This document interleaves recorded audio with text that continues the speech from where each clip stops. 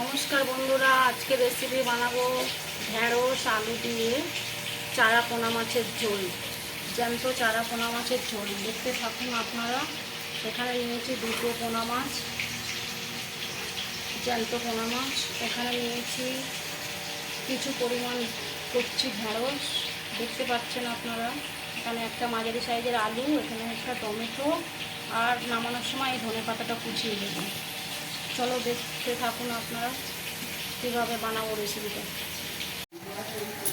এখন আমি মাছটা নুন, হলুদ, লঙ্কার গুঁড়ো ভালো করে মাখিয়ে ভেজে নেব ভালো করে।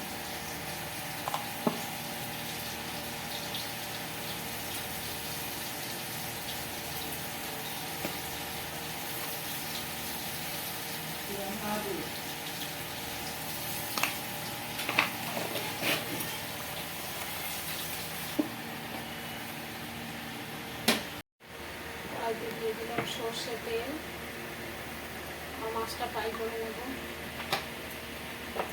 মাছটা খুব সুন্দর করে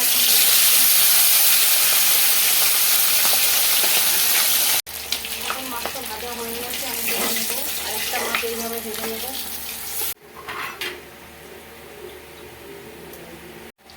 মাছ ভেজে তুলে নিয়েছি। এই তেলের মধ্যে কড়াইতে দিয়ে দেবো ঢেঁড়স। ভেজে তুলে নেব।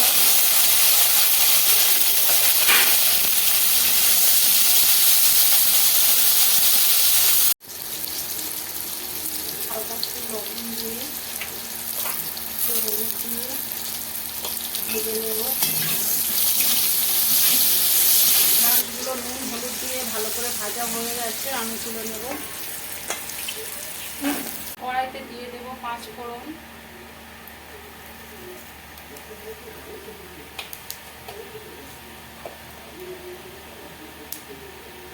ফোড়নের সাথে দিয়ে দেব কড়াইতে আলুগুলো কেটে রাখা। নাড়াচাড়া করে নেব। লবণ দিয়ে দেবো, হলুদ। এখন 2-3 মিনিট মতো ভালো করে ভেজে নেব। ভেজে ভেজে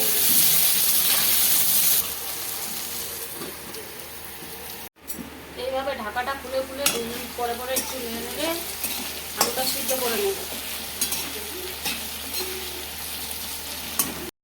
এখন টমেটোগুলো দিয়ে দেবো আলুর সাথে। 2 কাঁচা লঙ্কা চেরা দিয়ে দেবো।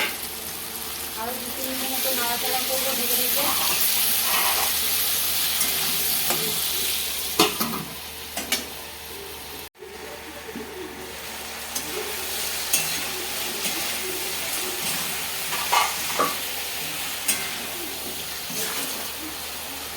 দিয়ে দেবো আদাটা পেস্ট করে রেখেছিলাম।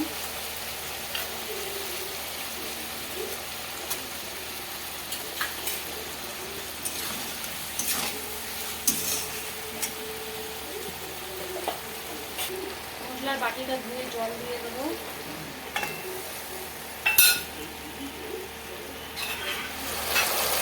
লঙ্কা গুঁড়ো,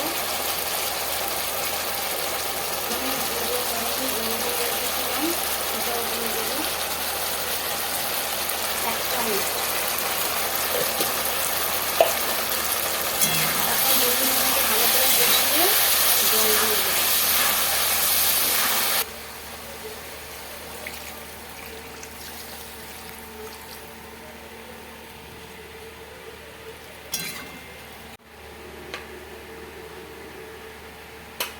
এখন আমি ভেজে রাখা ঢেঁড়সগুলো দিয়ে দেবো।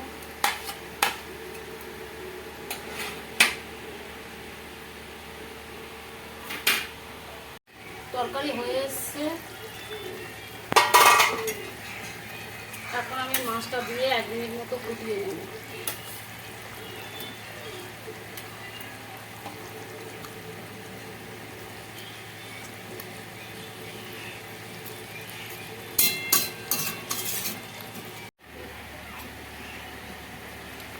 ঢেঁড়স আলু চারা পোনা মাছের ঝোল রেডি, একেবারে হয়ে গেছে। আমি ধনেপাতা দিয়ে একটা পাত্রে নামিয়ে নেব।